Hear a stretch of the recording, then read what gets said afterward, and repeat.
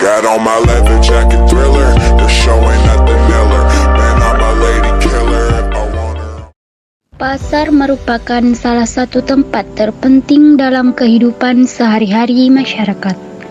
Disinilah sebagian besar dari kita mendapatkan berbagai macam bahan pangan yang diperlukan untuk memenuhi kebutuhan gizi keluarga. Di pasar, kita dapat menemukan berbagai jenis bahan pangan, mulai dari sayuran, buah-buahan, daging, ikan, hingga rempah-rempah. Maka dari itu, memilih bahan pangan menjadi hal utama dalam memperoleh pangan yang berkualitas. Kerusakan mikrobiologis disebabkan oleh mikroorganisme seperti bakteri, jamur, dan hamir.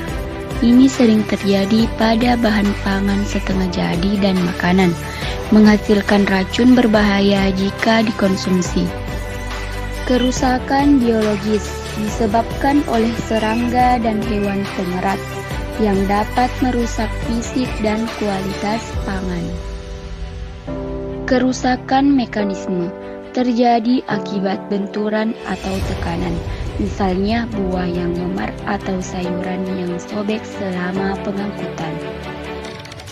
Kerusakan kimia melibatkan reaksi kimiawi seperti oksidasi lemak atau perubahan pH, menyebabkan bau tenis atau perubahan warna. Dalam kehidupan sehari-hari, kita seringkali tidak menyadari betapa besarnya dampak dari kerusakan bahan pangan. Ketika makanan yang masih layak konsumsi terbuang sia-sia hanya karena salah dalam pemilihan bahan pangan dan salah dalam penyimpanan bahan pangan.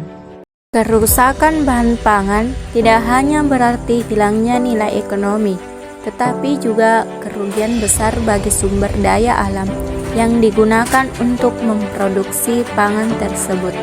Air, tanah, dan energi yang digunakan menjadi sia-sia ketika makanan berakhir di tempat sampah.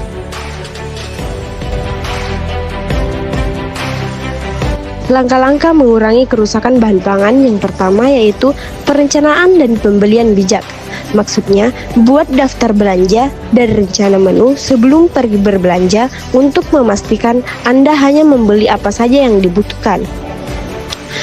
Belilah dalam jumlah yang sesuai dengan kebutuhan dan hindari pembelian berlebihan yang beresiko rusak sebelum digunakan. Yang kedua, penyimpanan yang tepat. Maksudnya, simpan makanan dengan benar sesuai dengan jenis. Misalnya, simpan sayuran di tempat yang sejuk dan kering, dan buah-buahan di tempat yang tidak terlalu lembab. Gunakan teknologi penyimpanan seperti lemari es dan freezer untuk memperpanjang umur simpan bahan pangan. 3. Pemanfaatan sisa makanan. Guna sisa makanan untuk membuat hidangan baru. Misalnya sayuran sisa dapat digunakan untuk membuat sup atau tumis.